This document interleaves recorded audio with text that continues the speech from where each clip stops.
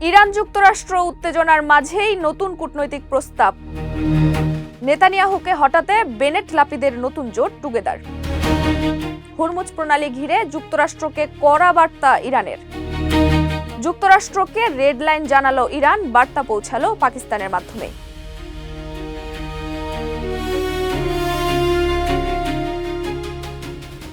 সবাইকে আমন্ত্রণ নাগরিক প্রতিদিনের নিয়মিত আয়োজন নাগরিক বিশ্বের সাথে আছি আমি নুসরাত জাহান জেরিন। শুনছিলেন সংবাদ শিরোনাম, এবারে বিস্তারিত। ইরান যুক্তরাষ্ট্র উত্তেজনার মধ্যেই হরমুজ প্রণালী খুলে দিতে যুদ্ধবিরতির প্রস্তাব দিয়েছে তেহরান। পাকিস্তানের মধ্যস্থতায় ওয়াশিংটনের কাছে পাঠানো ওই প্রস্তাবে সামরিক উত্তেজনা কমানোর আহ্বান জানানো হয়েছে। তবে যুক্তরাষ্ট্র বলছে পরমাণু কর্মসূচিতে স্পষ্ট নিশ্চয়তা ছাড়া কোনো সমঝোতা সম্ভব নয়। পরিস্থিতি ঘিরে জ্বালানি বাজারে অস্থিরতা বাড়ছে। ইরান যুক্তরাষ্ট্র যুদ্ধে টানা উত্তেজনা, পাল্টাপাল্টি হামলা আর জ্বালানি বাজারে অস্থিরতার মধ্যেই নতুন কূটনৈতিক তৎপরতা শুরু হয়েছে। যুদ্ধ পরিস্থিতি নিয়ন্ত্রণে আনতে আড়ালে চলছে একাধিক দেশের যোগাযোগ ও মধ্যস্থতার চেষ্টা। বিশেষ করে দুই দেশের মধ্যে নতুন বার্তা আদান প্রদান ঘিরে তৈরি হয়েছে ব্যাপক আলোচনা। এই পরিস্থিতিতে হরমুজ প্রণালী আবার চালু করা এবং চলমান সংঘাত বন্ধে যুক্তরাষ্ট্রকে নতুন প্রস্তাব দিয়েছে ইরান। মার্কিন সংবাদ মাধ্যম এক্সিউসের বরাতে জানা গেছে, পাকিস্তানি মধ্যস্থতাকারীদের মাধ্যমে তেহরান ওয়াশিংটনের কাছে এই প্রস্তাব পাঠিয়েছে। প্রস্তাবে বলা হয়েছে, প্রথম ধাপে যুদ্ধ বন্ধ, সামরিক উত্তেজনা কমানো এবং হরমুজ প্রণালীতে নৌ চলাচল স্বাভাবিক করা হবে। আর পরমাণু কর্মসূচি নিয়ে বিতর্কিত আলোচনা পরবর্তী ধাপে আলাদাভাবে করা যেতে পারে। সূত্রগুলো বলছে, ইরান বুঝতে পারছে হরমুজ প্রণালী দীর্ঘ সময় বন্ধ থাকলে শুধু পশ্চিমা দেশ নয়, নিজেদের অর্থনীতিও বড় চাপের মুখে পড়বে, কারণ বিশ্বের বড় অংশের তেল সরবরাহ এই পথ দিয়েই যায়। এদিকে যুদ্ধের আশঙ্কায় আন্তর্জাতিক বাজারে তেলের দাম বেড়েই চলছে।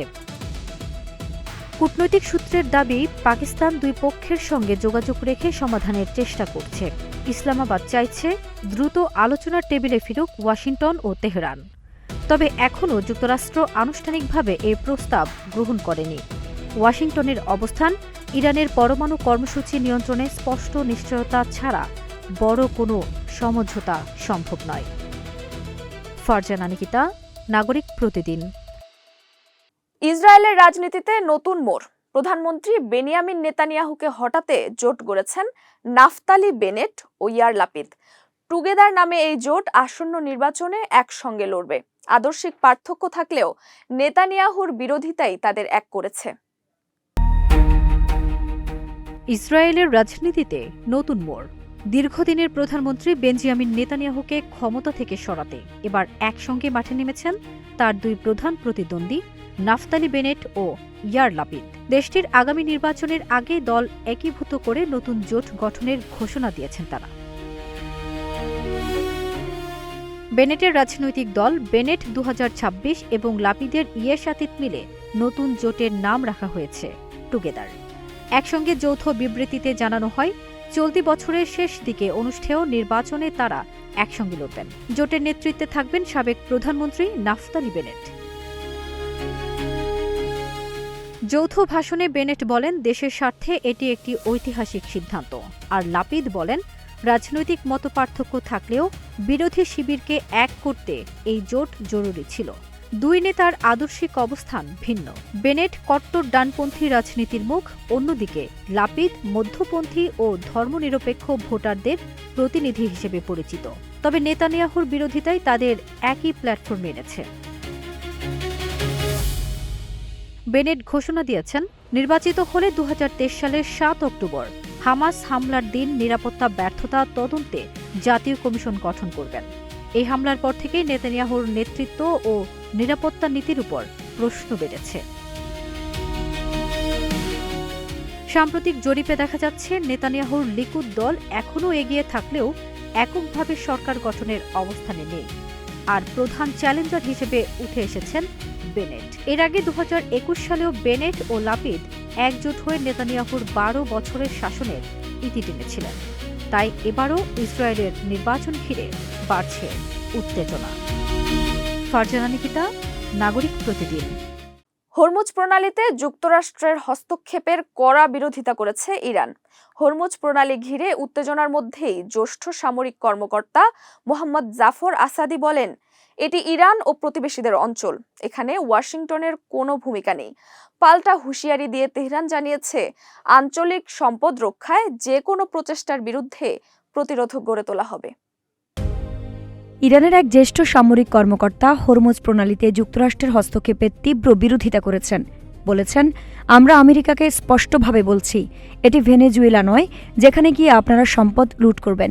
চলমান মধ্যপ্রাচ্য সংকটে এই কৌশলগত জলপথকে ঘিরে উত্তেজনা বেড়েছে, যা বৈশ্বিক জ্বালানি সরবরাহেও বড় প্রভাব ফেলছে। হরমুজ প্রণালী দিয়ে বিশ্বের উল্লেখযোগ্য অংশের তেল পরিবহন হয়, ফলে এখানকার অস্থিরতা আন্তর্জাতিক বাজারে প্রভাব ফেলে। খাতাম আল আম্বিয়া কেন্দ্রীয় সদর দপ্তরের পরিদর্শন বিষয়ক উপপ্রধান ব্রিগেডিয়ার জেনারেল মোহাম্মদ জাফর আসাদি বলেন, পারস্য উপসাগর ও হরমুজ প্রণালী ইরান ও এর প্রতিবেশী দেশগুলোর সঙ্গে সম্পর্কিত অঞ্চল। এখানে আমেরিকার কোনো মতামত দেওয়ার অধিকার নেই। জেনারেল আসাদি অভিযোগ করেন, শত্রুপক্ষ হরমুজ প্রণালীতে নিজেদের আধিপত্য চাপিয়ে দিতে চাইছে, তবে তা সফল হবে না। তিনি বলেন, মার্কিন নেতাদের দাদাগিরি আচরণ আমেরিকার জনগণের জন্য লজ্জাজনক এবং আঞ্চলিক বিষয়গুলো সম্পূর্ণভাবে যুক্তরাষ্ট্রের সঙ্গে সম্পর্কহীন। ওয়াশিংটনের উদ্দেশ্যে সরাসরি বার্তা দিয়ে তিনি আরও বলেন, যুক্তরাষ্ট্র এই অঞ্চলের সম্পদ, বিশেষ করে তেল, নিজেদের স্বার্থে ব্যবহার করতে চায়। তিনি জোর দিয়ে বলেন, ইরান ও তার জনগণ এমন যে কোনো প্রচেষ্টার বিরুদ্ধে প্রতিরোধ গড়ে তুলবে। আইরিন হাসান, নাগরিক প্রতিদিন।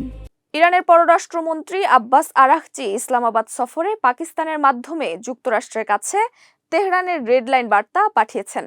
এতে পারমাণবিক কর্মসূচি ও হরমুজ প্রণালীকে গুরুত্ব দেওয়া হয়েছে, তবে এটি সরাসরি আলোচনা নয়, বরং ইরানের অবস্থান স্পষ্ট করার কূটনৈতিক উদ্যোগ বলে জানানো হয়েছে। ইরানের পররাষ্ট্রমন্ত্রী সৈয়দ আব্বাস আরাগচি তার ইসলামাবাদ সফরে পাকিস্তানের মাধ্যমে ডোনাল্ড ট্রাম্প ও যুক্তরাষ্ট্রের কাছে তেহরানের রেড লাইনের তালিকা পৌঁছে দিয়েছেন।